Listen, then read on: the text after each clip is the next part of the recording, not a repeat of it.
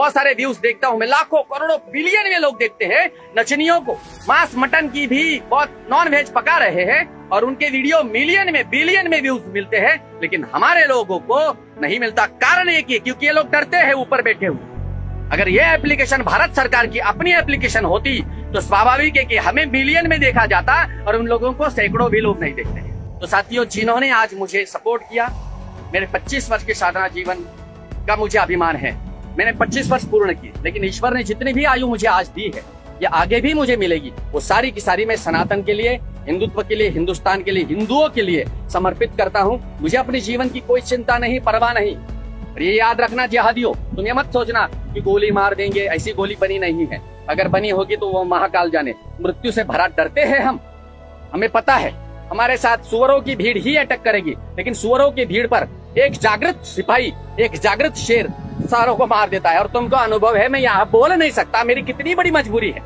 बहुत सारे लोग जानते हैं हमारे कारनामे, नहीं बोल सकता, न बोलूंगा मैं, कितना भी उकसा दो बोल नहीं सकता। इसलिए इतना याद रखना, शेरों से पंगा नहीं लिया जाता। तुम कुत्ते और सुअरों की औलादे हो। कुत्ता तो फिर भी वफादार होता है, वो अपने मालिक को कभी नहीं काटता। तुम जिस गंदगी को खाते हो उसी गंदगी की मुंह डालते हो, और जो पालता है उसके मुंह पर भी गंदगी फैलाते हो। ये हिंदुस्तान में तुमने जो गंद मचा करके रखी है, जल्दी ही वो समय आएगा कि तुम्हें पाकिस्तान की सीमा पर भेजा जाएगा सम्मान सहित, मार के नहीं। हम तुम्हें मारना नहीं चाहते, हम भी तुम्हें प्रेम करते। तुम भी इंसान हो, कहीं ना कहीं इंसान तो हो। 2 टांगे, 2 हाथ, 2 पैर, कान वान दिया है तुम्हें। भले कि इंसान के कोई गुण नहीं है तुम्हारे अंदर, लेकिन तुम्हें अगर पाकिस्तान से ज्यादा लगाव है तो तुम्हें वही जाना चाहिए, और ऐसा शास्ता मजबूत चाहिए जो तुम्हें वहां पर फेंकने की ताकत रखता है ऐसे कुछ लोग, उनमें हम भी है। पर है ना, कुछ ऐसे गधे हैं जिनके पास पावर है, वो शेर बन बैठे हैं, और जिन शेरों के पास पावर नहीं है वो गधे बन बैठे। वो गधे हम भी है, लेकिन कभी न कभी तो दौर आएगा हमारा, जब नंदकुल का संहार कर सकता है एक आचार्य चाणक्य, जब उसका अपमान किया जाता है तो पूरे नंदकुल का और नंद साम्राज्य का विध्वंस कर देता है एक सन्यासी। तो हमारे पास तो फिर भी जनता की ताकत है, जनता की पावर है। और मुझे इस बात का अभिमान है कि मुझे गाली देने वाले लोग बहुत कम आते हैं यहाँ, और जो आते हैं उनकी आईडी लॉक रहती है, इतने डरते हैं, और उनको जवाब देने की सूर्य सागर को जरूरत ही नहीं पड़ती। इतने शेरों की औलादे यहाँ पर उसको जवाब देती, इसलिए मुझे जवाब देने की कोई जरूरत नहीं होती।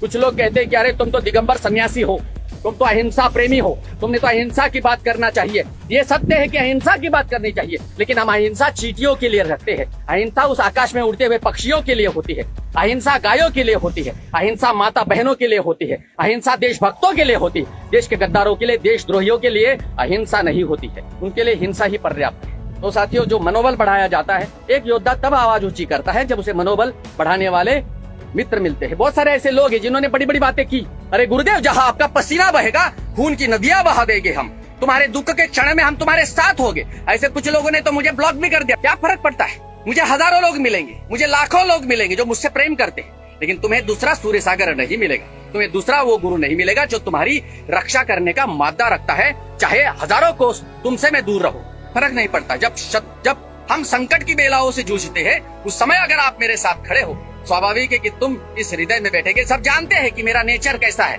मैं क्रोधी स्वभाव वाला हूँ। कुछ कल एक मैंने वीडियो डाला था लड्डन कबाड़ी और झोलाना, उसको किसी एक डीएनए फॉल्ट हरामी ने वो मेरा वीडियो उठा करके वहां लिखा कि अरे ये तो सन्यासी है और ये गाली देते हैं, देखो। अबे फाड़े के, बोल नहीं सकता ना।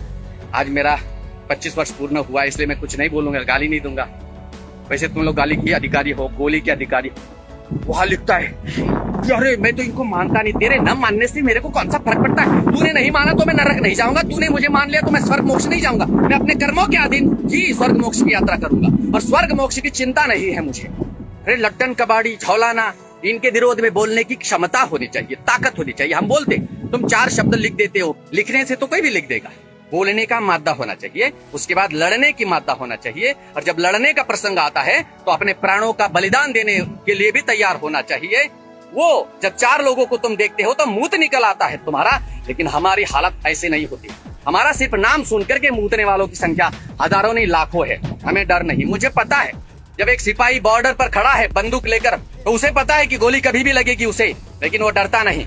मुझे फॉलो करने वाले आर्मी के जवान, एक दिन जब वीडियो कॉल पर उनसे कॉन्फ्रेंस कर रहा था, तो उन्होंने मुझे एक शब्द कहा जो मेरे हृदय को चुभा प्रेम से। उन्होंने जो शब्द कहा, वो शब्द एक सच्चा सिपाही ही कह सकता है। उन्होंने कहा मैंने उन्हें कहा कि तुम तो हमारे लिए भगवान हो, सच्चे सिपाही हो आप लोग। तो उन्होंने कहा नहीं महाराज जी, सच्चे भगवान आप लोग हो। हमको ये पता है कि हमारे सामने कौन खड़ा है, हम उसे गोली मार सकते हैं, हमारे पास शस्त्र है, हमें अधिकार दिए सरकार ने कि हम आतंकवादियों के सीने में गोली ठोक सकते हैं। लेकिन तुम आतंकियों के बीच में रहते हो चारों बाजू में, तुम्हें ये पता नहीं है कि तुम्हारे साथ कौन क्या करेगा, लेकिन फिर भी आप आवाज उठाते हो, आप ही देश के उन्नत सिपाही हो। ये सुनकर के अच्छा तो लगेगा ना।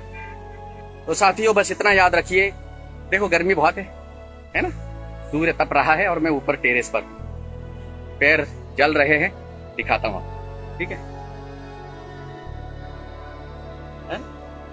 पैर जल रहे हैं लेकिन चलता है, ठीक है? जब आत्मा जलती है, जब आत्मा रो रही है मेरे देश के हालात देखकर, तो पैरों की कौन सी बड़ी बात। ये उपद्रव, ये उपसर्ग, ये संकट झेलने को राजी है हम। बस मेरा देश सुरक्षित रहना चाहिए, मुझे मेरा हिंदुस्तान चाहिए, मुझे भारत चाहिए, बाकी हमें कुछ नहीं चाहिए। और ये जो देश के लिए आवाज उठाते हैं, जिनके नाम मैंने लिए, बहुत सारे ऐसे लोग हैं जिनके नाम मुझे पता है लेकिन नहीं ले पाता हूँ या नहीं ले पाया, उसके लिए मैं क्षमा। क्योंकि जितने भी साथी मुझे देखते हैं, अभी मैंने कल वीडियो फोटो पोस्ट डाली कि 27 वर्ष हो गए, 2000 साथियों ने उसके ऊपर लाइक किया, 500-600 लोगों ने कमेंट किया, लेकिन साथियों में हर कमेंट का जवाब नहीं दे सकता, ये दुर्भाग्य है मेरा, मुझे क्षमा करना। मैं चाहता हूँ हर व्यक्ति का जवाब, मैं चाहता हूँ हर व्यक्ति को प्रत्युत्तर दूं जिसके वो अधिकारी है, लेकिन नहीं दे पाता हूँ, इसके लिए मुझे हृदय से क्षमा करना। बहुत सारे लोग ऐसे कहते हैं कि गुरुदेव आप तो हमारे आईडी पर कभी कमेंट करते नहीं है। जो ऐसी सोच रखता है वो कभी देश का सिपाही नहीं हो सकता। तुम्हारे लिए मैं एक धर्मगुरु हूँ, मेरी बात तुम्हें सुननी है, तुम्हारी बात मैं तब सुनूंगा जब मुझे नोटिफिकेशन आएगा, और मैं कमेंट करता ही हूँ हर उस जगह पर जहां मुझे नोटिफिकेशन आते। नहीं आते तो इसमें मेरा अपराध नहीं। साथियों बस इतना याद रखिए, धर्म से बढ़कर राष्ट्र होता है, राष्ट्र सुरक्षित नहीं रहेगा, तुम्हारा धर्म सुरक्षित नहीं रहेगा। और जो लोग हमारे अपने होने के बावजूद हमारे अस्तित्व पर कटाक्ष करते हैं, किसी ने कहा अरे मेरे को तो आचार्य पद मिला ही नहीं, मैं तो फर्जी आचार्य हूँ, ये जैनियों के 2 टके के कीड़े जो कभी आते ही नहीं। अरे मेरा आश्रम पूरा भारतवर्ष जानता है, मैं कहाँ रहता हूँ, बोले मेरा नंबर पता, इनको सब पता है, लेकिन ये साले हरामखोर केवल बकवास करेंगे कि अरे तुझे ये कर देंगे ना वो कर देंगे। मैं तो इंतजार करता हूँ, क्योंकि मेरे हाथ कांपने लगते हैं जब तुम जैसे नाजायज लोग मेरे सामने आते हैं। तो कूटना ही मेरा काम है, मेरा बिजनेस है ये, इसे ही मेरा पेट भरता है। तो ये लोग कहते अरे तुम तो आचार्य ही नहीं, तुम्हारी मुनि दीक्षा ही नहीं, हराम की नाजायज औलादो, जब तुम प्रधानमंत्री को नहीं छोड़ते, राष्ट्रपति को नहीं छोड़ते, हमारे माननीय गृह मंत्री को नहीं छोड़ते, योगी आदित्यनाथ जैसे उत्तम शास्त्रा को नहीं छोड़ते, तुम देश के सिपाहियों को नहीं छोड़ते, तो मेरी क्या होगा। एक ऋषभ प्रताप सिंह, ये भी एक दबंग बेटा है हमारा, देश के लिए बहुत आवाज उठाई है इन्होंने, पर अभी चुपचाप बैठ गए। मत चुपचाप बैठो, तुम जैसे लोग चुपचाप बैठेंगे तो देश का भवितव्य अंधेरे में जाएगा। आवाज उठाओ, लाइव आओ, लोगों को जागृत करो, जो तुमने पहले कार्य किया है, रोको नहीं खुद को, अपनी चिंता मत करो, बाकी कुछ होगा। है हमारे देश के आदर्श प्रधानमंत्री जो हमारे साथ। तो साथियों आप लोगों ने जो प्रेम दिया है उसके लिए मैं आपका हृदय से धन्यवाद देता हूँ, ऋणी हूँ आपका, जो आप मेरा साथ देते हो, समर्थन करते हो। बहुत सारे मेरी माता बहनें, मेरी शिष्याएं जो मुझे जिस शब्दों से नवाजते हैं, उन सभी को हृदय से मेरा बहुत बहुत आशीर्वाद। और जो लोग गाली देते हैं, अगर तुम्हारी माँ ने, वो तुम्हारा बाप, आज तो मैंने सपाचट किया है, तुम्हारा बाप अगर मुझ पर ताव देता है ना, तो यार कहीं पर भी बुला लो ना, मैं आता तो हूँ। फिर साले भाग जाते और फेक अकाउंट बना करके गाली देना उनको सौंपता है जिनका बाप एक ही नहीं होता है। हमारा बाप एक ही है, हम मौर्यवंशी है, रियल मौर्यवंशी। वो सांड गेंडे की औलाद मौर्य नहीं, जो हमारी रामचरित मानस फाड़ता है, क्या नाम था उसका गेंडे का, वो तो नकली मौर्य साले बन बैठे, किसका बीज पैदा हो लेकर के बैठे। और भाजपा के सभी समस्त कर्णधारों को एक बात कहूंगा मैं जाते जाते, क्योंकि मेरे वीडियो को पीएम ऑफिस में देखा जाता है, सीएम दफ्तर में भी देखा जाता है, तो मैं एक बात हृदय से अपील करना चाहूंगा, हमारे देश की रणरागिनियों का सुरक्षा करो। और ये जो लोग तख्तों पर बैठे हैं आज टिकट लेकर के, जिनका चरित्र नहीं है, जो किसी भी स्त्री की मर्यादाओं का ध्यान नहीं रखते, अगर तुम उनको दोबारा टिकट देते हो तो फिर हमें भगत सिंह बनना पड़ेगा। वो भगत सिंह जो असेंबली में बम फेंकता है, जहां अहिंसा का माहौल था। हमारा चित्र थोड़ा अलग होगा, हम असेंबली उनको जरूर समझेंगे जिनकी नजरों में माता बहनों का चरित्र शून्य होता है, जो दूसरे की माता बहनों पर कुदृष्टि तो डालता है, लेकिन अपनी माता बहनों के बारे में बोलते ही जो बौखला जाता है। ऐसे लोगों के लिए हम आने वाले समय में है हमारे पास कुछ योजनाएं। तो मैं भाजपा ही हमारे लिए सब कुछ है, भाजपा मेरा परिवार है। तो मैं भाजपा को बोलने का अधिकार भी रखता हूं। तो भाजपा से नम्र निवेदन करूंगा, ये भ्रष्टाचारी और माता बहनों के साथ कुत्सित व्यवहार करने वाले, मैं 150 प्रमाण दे सकता हूं, 150 प्रमाण दे सकता हूं। अगर कोई ये बोलेगा ना ना ऐसा नहीं होता है, तो मैं दे सकता हूं, परंतु अपनों का चरित्र बाहर उजागर नहीं किया जाता है। तो हम यही अपील करेंगे, उत्कृष्ट चरित्रवान लोगों को उस तख्तों पर बिठाओ जो लोग उसके अधिकारी हैं। नरेंद्र मोदी जैसा शास्ता होना चाहिए, योगी आदित्यनाथ जैसा, अमित शाह जैसा, राजनाथ सिंह जैसा।